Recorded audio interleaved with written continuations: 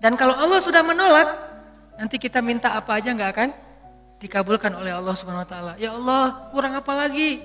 Saya udah tahajud, saya udah sedekah, saya udah tilawah, saya udah hafal Quran, saya udah berjihad, saya udah bantu orang lain, saya udah. Kenapa saya hidupnya kayak gini ya Allah? Tanyakan kembali, istafti qalbak, tanya ke hatimu. Kenapa kita melakukan itu? Karena Allah atau karena yang lain? Ria'an nas. Kadang-kadang kita melakukannya udah ikhlas, tapi di tengahnya ria. Jadi bisa jadi teman-teman, kita punya beberapa amalan, kalau kita nggak berani mengatakan banyak amalan, kita punya beberapa amal soleh, tapi hampir tidak ada satupun yang diterima di sisi Allah. Kenapa Ustaz? Ikhlas kok Ustaz? Di awal, bisa jadi di tengahnya ria. Enggak, di tengah saya tetap ikhlas, bisa jadi di akhirnya ria. Enggak, di akhirnya masih ikhlas, bisa jadi barusan aja ria. Setelah after years, setelah beberapa tahun. Sehingga kalau kita nggak punya modal amal soleh yang diterima di sisi Allah, gimana kita mau ngangkat kedua tangan kita? Makanya kadang-kadang kan ujiannya kayak gitu. Di awal udah ikhlas, saya nih pengen tilawah yang bagus karena biar orang-orang sholatnya pada khusyuk. Allahu Akbar, ikhlas kan? Alhamdulillahi Rabbil Alamin, ikhlas. Ar-Rahmanir Rahim, masih ikhlas. Maliki Yaumiddin. Ada yang nangis di belakang. Mulai bagus juga ya suara saya. Habis tuh. Teman-teman pikir imam dengan bacaan yang bagus berarti pahalanya lebih banyak dari teman-teman? Belum tentu. Bisa jadi makmumnya dapat untung dari bacaan yang bagus karena dia khusyuk, dia bisa nangis, dia bisa nyaman. Sementara imamnya nggak dapat apa-apa loh.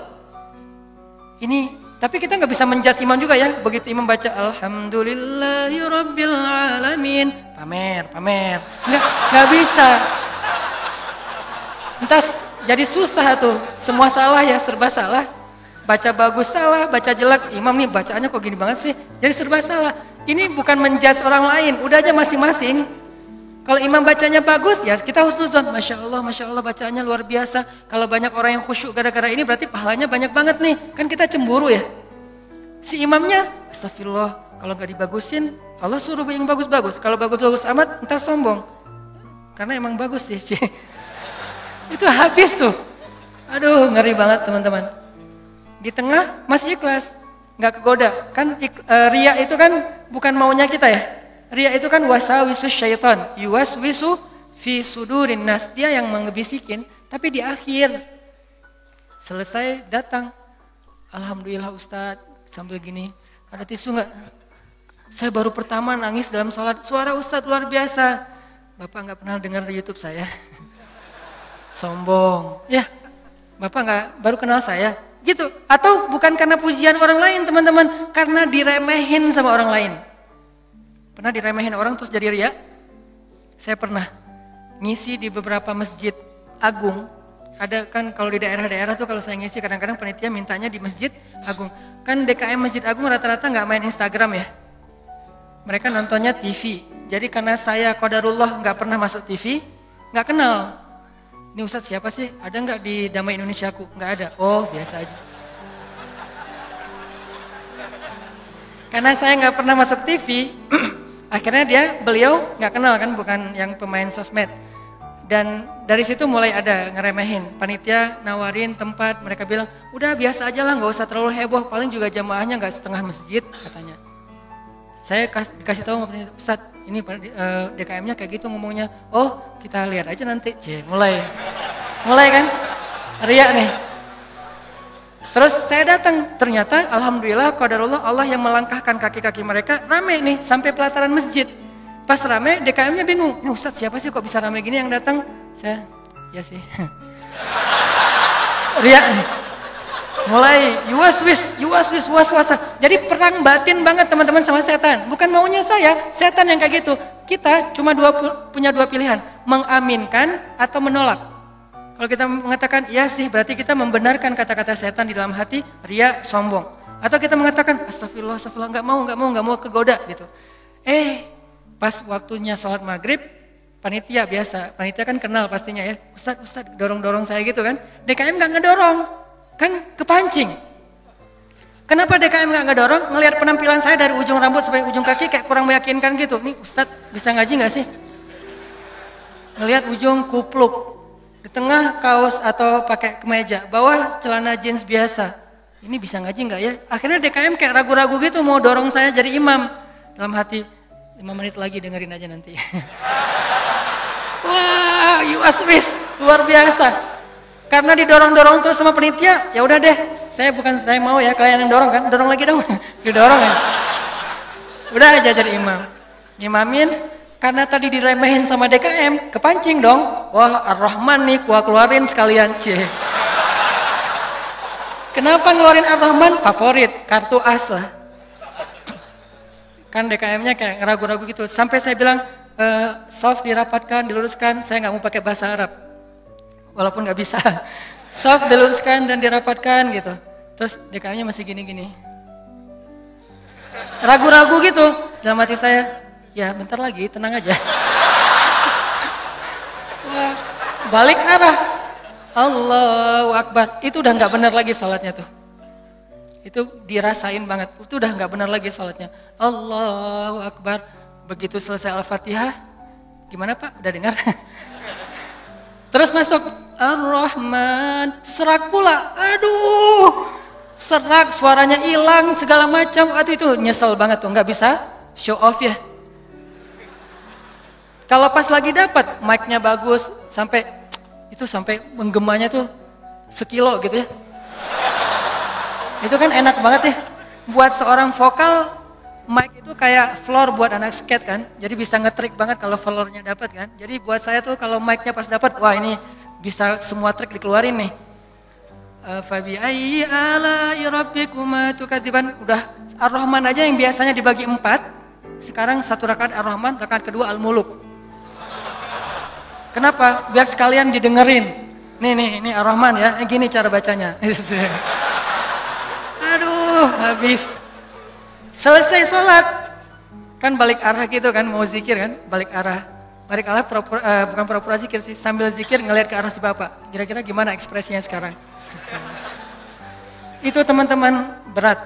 Kadang-kadang bukan karena kita pengen dipuji orang, tapi kita nggak rela diremehin orang, itu yang bikin kita riak kan? Bukan karena kita pengen dielu-elukan, dipuji, dapat banyak like, dipuja-puja, bukan itu. Itu kita masih kadang-kadang bisa ngerem. Tapi kita nggak sanggup bertahan, nggak bisa sabar kalau diremehin orang. Akhirnya kita bocorin juga kebaikan kita. Habis. Diremehin suami, diremehin pasangan, diremehin orang tua, diremehin mertua, diremehin teman-teman, segala macam. Diremehin tetangga. Kita bukan pengen dipuji dan dipuja oleh orang lain. Tapi kita nggak tahan kalau diremehin. Keluar juga tuh.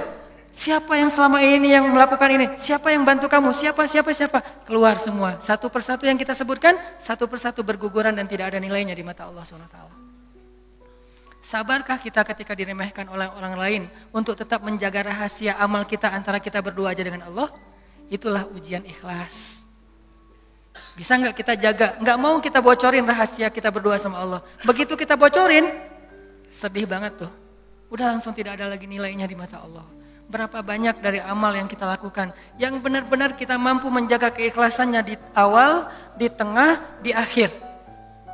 Kalau ada, jangan menyimpulkan dulu bahwa kita udah sukses karena masih ada waktu selama kita masih hidup untuk kita batal.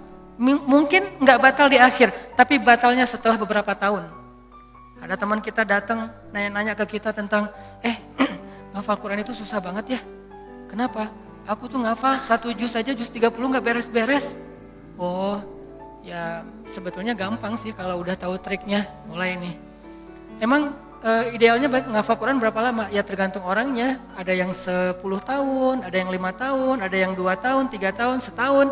Kalau aku sih alhamdulillah 6 bulan khatam. Habis semuanya tuh. Ngafal Quran emang gampang, capek, susah loh.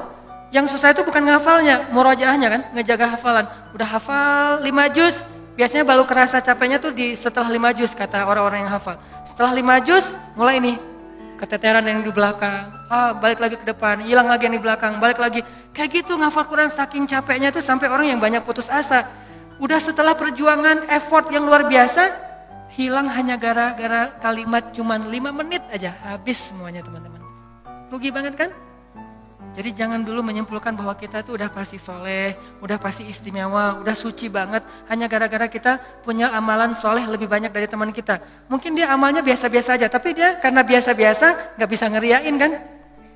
Hafal 30 juz dengan hafal Al-Ikhlas. Kira-kira mana yang pantas diriakan? 30 juz dong, Al-Ikhlas gak mungkin ria.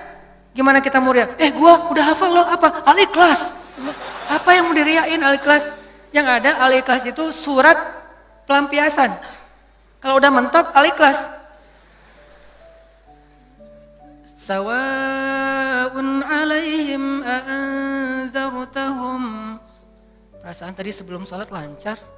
A'anzartahum Qul huwallahu ahad. Biasanya gitu kan? Mentok-mentoknya Al-Ikhlas. Kenapa? Cuman Al-Ikhlas yang kita paling ikhlas. Kenapa tadi kok bacanya yang susah-susah? Pengen dong sesekali orang tahu kalau hafalan saya udah nambah kan gitu ya. Pengen dong orang tahu, kayak kadang-kadang kan kita suka pengen melakukan sesuatu yang orang lain gak bisa lakukan. Membaca surat yang orang lain gak hafal surat itu jarang. Kalau Al-Ikhlas, Al-Falaq, An-Nas, Al-Kafirun. Al-Kafirun masih oke lah. Karena Al-Kafirun suratnya agak susah kan. Banyak orang yang terjebak. La abudu ma ta'budun wala antum abidun ma abud. Kapan selesainya nih? Muter aja di situ Al-Kafirun teh. Kalau Al-Ikhlas kan jarang yang terjebak. Kalau Al-Ikhlas juga sampai salah. Ini nih ngeri banget nih. Jadi mungkin jangan ngeremehin dulu teman-teman. Ada teman kita yang hafalnya, kamu hafal surat apa? Enggak, cuma dikit dari At-Takatsur sampai An-Nas doang. Itu juga gara-gara modal sholat taraweh. Karena dia taraweh selalu dengar itu kan, di taraweh suka dengar ayat itu ya, akhirnya kehafal sendiri. Dia nggak pernah sombong, dia nggak pernah riak karena hafalannya sedikit. Kita yang 30 juz, segitu doang, kemana aja loh? Habis 30 juz. Jadi yang hebatnya itu bukan berapa banyak amalannya teman-teman, tapi seberapa kuat dia menjaga keikhlasannya di awal, di tengah, di akhir, dan setelah beberapa lama. Jadi jangan menyimpulkan dulu. Fala tuzakku anfusakum huwa a'lamu bimanittaqa. Jangan kalian menganggap diri kalian udah pasti soleh, pasti istimewa, pasti baik, karena Allah lah yang paling tahu siapa yang paling bertakwa. Maksudnya siapa yang paling ikhlas. Karena at-taqwa hahuna. Belum lagi nanti ada orang kadang-kadang saya pernah di sebuah masjid, kita ngadain acara tabligh akbar, terus masjidnya rame, anak-anak mudanya penuh sampai ke depan masjid. Setelah selesai acara tabligh akbar kan suka ngobrol-ngobrol gitu kan sama DKM di ruang DKM. Ada salah satu sesepuh masjid ngobrol sama saya, dan waktu itu saya juga sedih. Kenapa saya ladeni gitu? Harusnya saya pergi aja biar menjaga amal beliau kan. Beliau cerita, Ustadz, alhamdulillah ya sekarang masjidnya rame. Ini perjuangannya gak mudah loh Ustadz. Dulu dari awal nih, ketika kita pembebasan lahan masjid ini aja, udah konflik, sengketa dengan beberapa tetangga. Akhirnya saya perjuangkan Ustadz dari awal, sampai bisa pembebasan lahan. Kemudian kita bangun masjid ini dengan gotong royong luar biasa. Fundingnya itu susah banget Ustadz. 5 tahun baru beres masjid ini Ustadz. Udah gitu saya yang bikin yayasan masjid ini. Sampai ada RT-nya tuh saya yang bikin Ustadz. Satu persatu beliau sebutkan perjuangannya, jasa-jasanya, jerih payahnya, effortnya, dan segala macam pengorbanannya. Sampai akhirnya masjid ini rampung, sekarang dipakai banyak orang sholat, sekarang udah gampang. DKM sekarang tuh gampang, gak seperti awal-awal dulu. Kalau beliau sadar itu semuanya habis gara-gara beliau. Tapi kan kita gak bisa menjudge ya. Kalau beliau menceritakan itu untuk motivasi, oke. Tapi kalau beliau menceritakan itu untuk ria, dihargai, diakui, kalau hanya pengen dapat pengakuan, pengen diaku oleh orang lain, habislah semua pahala yang sudah beliau usahakan sekian tahun. Harusnya kalau beliau ikhlas, satu orang yang datang ke masjid untuk ikut acara tabligh akbar, sholat berjamaah, taubat, sadar, zikir, ibadah, beliau dapat pahala. Kebayang gak kalau ada 5.000, 10.000 anak muda yang datang untuk ikut acara di situ? Pahala beliau banyak banget, tapi hilang hanya dengan 5 menit berbicara. Jaga lisan. Faliyakul khairan aw liyasmut. Mending diam aja deh. Sebegitu gampangnya hilang amal-amal kita gara-gara tidak mampu menjaga keikhlasan kita, teman-teman. Makanya wa innama likulli imri'in manawa, itu gampang banget tergelincir. Itu halus banget, lebih halus daripada suara langkah-langkah semut. Halus banget. Sampai kadang-kadang kita juga terjebak di situ. Makanya di zaman Nabi itu kan ada cerita seorang sahabat Ansor yang tidak terkenal ibadah-ibadahnya, tapi Nabi bilang huwa min ahlil jannah, dia itu ahli surga. Apa kelebihan dia? Apa ibadah dia? Ibadah dia itu ibadah batin. Ketika dikepoin sama beberapa orang sahabat, sama seorang sahabat, kalau nggak salah Abdullah bin Amr bin As, dia kepo datang ke rumahnya. Ternyata rahasianya bukan ahli tahajud, bukan ahli sedekah, bukan ahli tilawah, bukan ahli kebaikan-kebaikan yang zahir. Dia kalau ngelakuin amalan yang zahir, yang standar-standar aja lah, yang wajib, yang kalau ditinggalkan pasti dosa, sholat pasti. Cuman nggak ada yang lebih, biasa-biasa aja. Terus yang bikin dia istimewa, ternyata ibadah batin. Apa ibadah batin dia? Dia bilang, saya tidak pernah dengki kepada orang lain. Kalau ada orang yang dapat nikmat, saya orang pertama yang bahagia. Kalau ada orang yang dapat musibah, saya yang paling sedih. Kalau ada yang orang berbuat salah, saya langsung mendoakan dan memaafkan dia. Inilah ibadah batin dia, teman-teman. Makanya selain kita fokus memperbaiki ibadah zahir kita, sholat kita, cara takbir kita, cara semua ruku sujud kita, perbaiki juga ibadah batin kita. Karena kalau sampai ini rusak, yang lain sempurna, batal. Tapi kalau ini benar, yang lain cacat-cacat dikit, karena kita mungkin punya kekurangan, Allah yang akan perbaiki. Jadi ini teman-teman, tentang pentingnya belajar ikhlas. Dan ikhlas ini termasuk salah satu di antara ibadah juga. Jadi sekedar ikhlas saja itu udah ibadah. Sekedar niat aja itu udah ibadah. Belum melakukan udah jadi ibadah. Bukankah Nabi mengatakan siapa yang berniat berbuat baik lalu jadi melakukannya, maka dia mendapatkan 10 pahala kebaikan. Kalau dia berniat berbuat baik tidak jadi melakukannya, maka dia mendapatkan 1 pahala kebaikan. Siapa yang berniat berbuat buruk jadi melakukannya, maka dia dapat 1 dosa. Siapa yang berniat berbuat buruk tidak jadi melakukannya, dia dapat 1 pahala.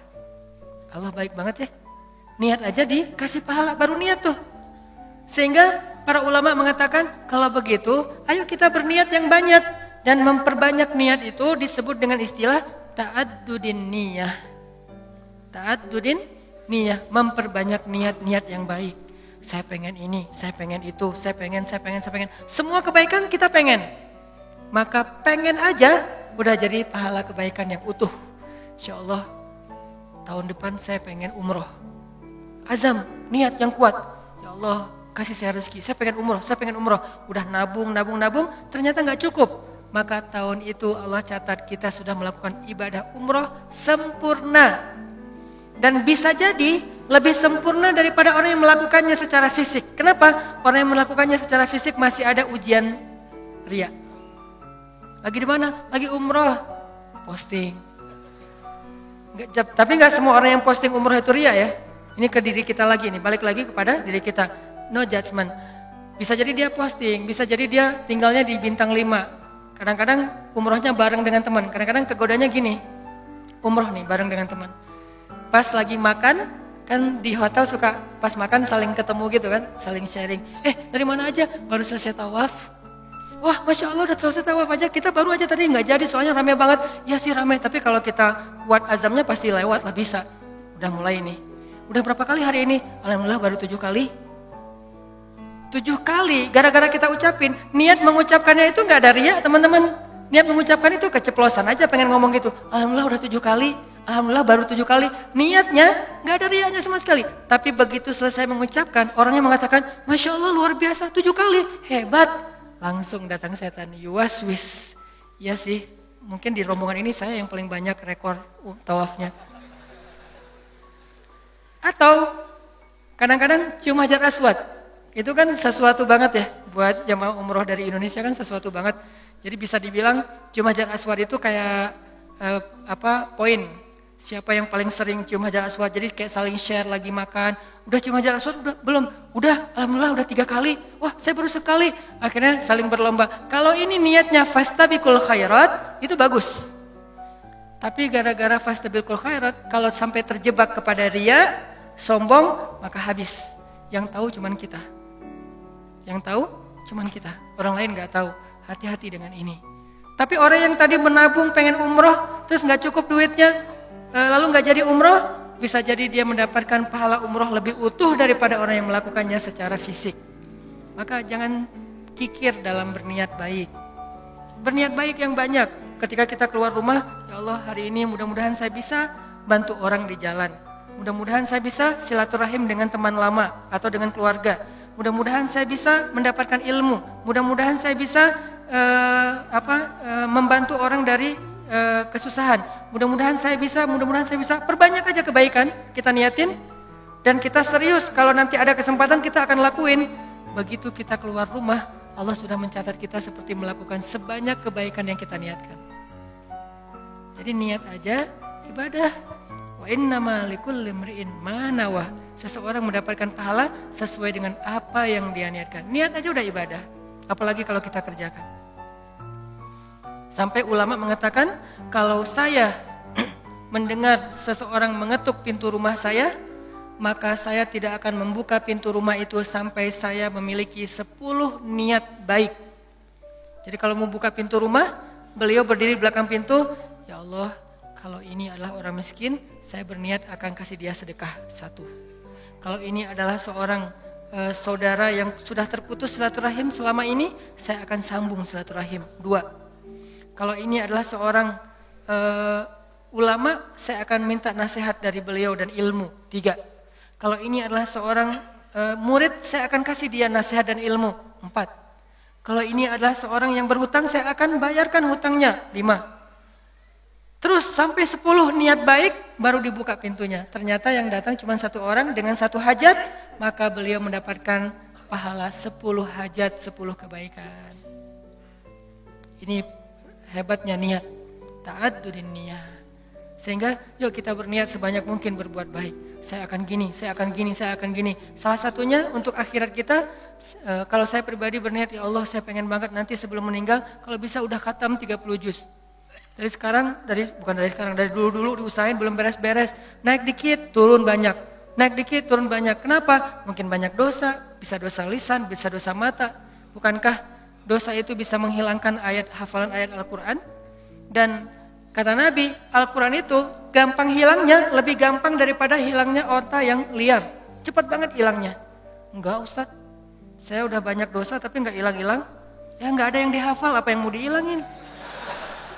Coba kalau mau tahu kita banyak dosa atau enggak, hafal Quran deh. Kalau susah, pasti banyak dosa. Kalau mau tahu itu cara kita untuk bisa mendeteksi dosa kita, salah satunya ya, hafal Quran. Coba, itu akan mendeteksi banget. Kalau kita udah lancar bacaan, tapi dengan syarat bacaannya udah lancar. Karena kalau bacaan belum lancar, ya bukan karena dosa, emang nggak bisa baca Quran ya. Berarti tahapannya baca Quran dulu. Kalau bacaannya udah lancar, tapi kok nggak bisa ya ngafal Quran? Ini bisa jadi kata Imam Waqi', al-ilmu nurun wa nurullah la yu'talil asi. Ilmu itu cahaya dan cahaya Allah itu tidak diberikan kepada pendosa. Cara ngukur diri kita banyak dosa atau enggak? Coba ngafal Quran. Kalau susah, pasti banyak dosa.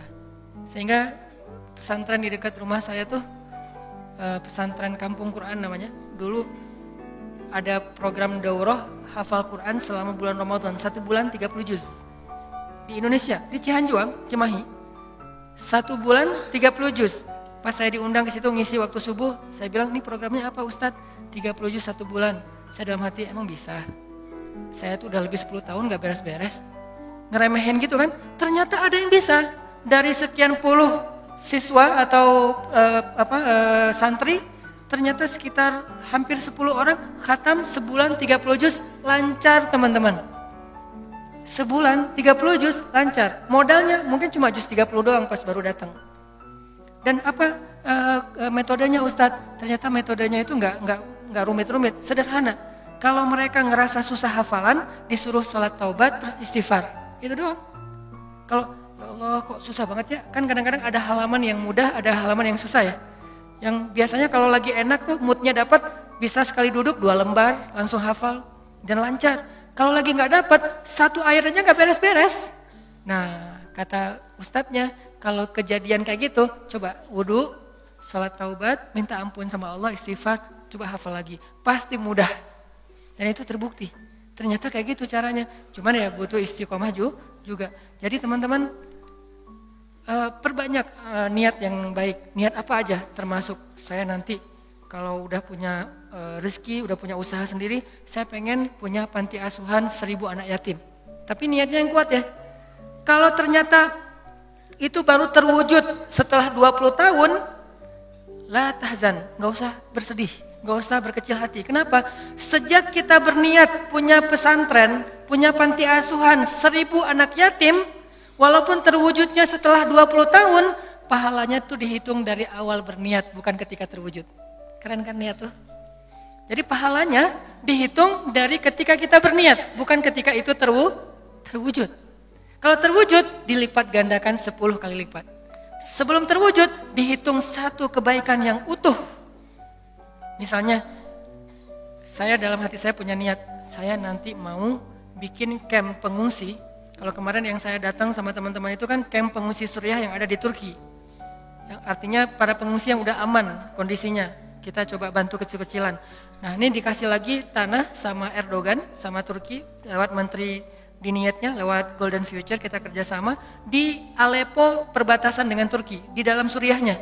Yang nggak bisa nyebrang, yang nggak bisa ngungsi keluar negeri, maka ditampung di situ. Dikasih berapa hektar tanah, disuruh coba kalian bisa nggak bikin camp di situ. Saya punya niat, saya akan coba bareng-bareng dengan Golden Future harus punya camp di Aleppo bagian perbatasan Turki yang menampung minimal 100.000 pengungsi Suriah. Itu kan niatnya? Kapan terwujud? Allahu a'lam. Yang penting saya ikhtiar aja dulu dari sekarang. Mulai membangun sosmed, saya harus banyak followers. Kenapa? Makin banyak followers, insya Allah funding untuk kemanusiaan lebih gampang. Terus juga membangun jaringan beberapa tempat di seluruh Indonesia supaya kita kerja bareng-bareng untuk selain kemanusiaan di Suriah, kemanusiaan juga di Indonesia, bikin kegiatan-kegiatan dakwah anak muda. Tapi salah satu target goals saya itu adalah bisa ngebantu korban-korban perang, bukan membantu perang, membantu korban perang. Kalau membantu korban perang kita datangnya bawa roti, bawa gandum, bawa obat-obatan. Kalau membantu perang kan bawa senjata ya, dan saya megang senjata juga belum pernah. Nah, niatnya 100.000 pengungsi di camp di dalam Suriah untuk membantu mereka. Kapan terwujud? Sebutlah 10 tahun lagi baru terwujud. Saya apakah baru dapat pahala setelah 10 tahun? Enggak. Dari sejak awal saya berniat, kalau saya mampu ikhlas, maka saya mendapatkan pahala yang sama. Berarti setiap hari itu saya kayak ngasih makan 100.000 pengungsi Suriah di Aleppo. Setiap hari. Keren kan niat tuh? Kenapa kita nggak melakukan hal yang sama? Kenapa kita nggak berniat aja kayak gitu? Saya akan ikut juga dengan program Ustadz Hanan. Walaupun sekarang saya belum bisa support dana, tapi insya Allah kalau saya ada dana nanti saya pasti akan ikut nyumbang. Saya juga akan funding dengan teman-teman saya. Niatin aja. Dengan niat aja, kita udah ngasih makan anak yatim di Suriah itu 100.000 orang daily, setiap hari. Wa innama likulli imri'in ma nawa. Kenapa kita nggak berniat yang banyak kebaikan-kebaikan? Kenapa kita kikir dalam niat? Belum lagi nanti kita niatkan yang lain-lain. Saya punya niat misalnya pengen banget dengan kita mendakwahi anak-anak muda, dengan kita bikin sebuah gerakan anak muda, suatu saat dari mereka lahir seorang pemimpin yang saya sering ulang-ulang, yang hafiz Al-Quran, yang takut kepada Allah, yang imamin kita sholat di Masjid Istiqlal, dan yang muazzinnya adalah wakil presiden, yang imamnya presiden. Kalau itu terwujud, lalu makmumnya seluruh Indonesia, itu kan keren banget ya. Kalau belum terwujud, saya tetap dapat pahala niat itu kalau masih ikhlas. Berniatlah sebanyak mungkin. Berniatlah seluas mungkin. Jangan tanggung. Enggak kalau 100.000 kegedean, udah aja 10 orang. Kenapa tanggung-tanggung? Memangnya buat kita rugi kalau kita niat 100.000 orang kita kasih makan? Udah aja niat. Tapi nggak mungkin tercapai. Siapa bilang nggak mungkin? Banyak hal yang sekarang saya alamin secara pribadi dan bersama teman-teman di Pemuda Hijrah, itu kejutan loh dari Allah. Dulu mungkin kita anggap itu mimpi. Mimpi bisa pergi ke camp Suriah yang ada di Turki. Mimpi bisa dakwah ke anak-anak, teman-teman anak-anak muda bisa bareng-bareng. Mimpi bisa ini, bisa itu segala macam. Itu kayak mimpi. Tapi Allah wujudkan. Kenapa? Intasdukillah yasdukka. Kalau kamu jujur kepada Allah, Allah juga akan jujur kepada kamu. Ya Bani Israel, azkuru ni'mati allati an'amtu alaikum wa awfu bi'ahdi ufi bi'ahdikum. Tunaikanlah janji kalian kepada aku aku tunaikan janji aku kepada kalian. In tasdukillah yasdukka. Jujurlah kepada Allah, Allah jujur kepada kalian. Ihfazillah yahfazka. Jaga Allah, Allah jaga kalian. Fadhkuruni adzkurkum. Ingat aku ingat kalian. Selalu kayak gitu, kaidahnya sama. Walaupun redaksinya berubah-ubah.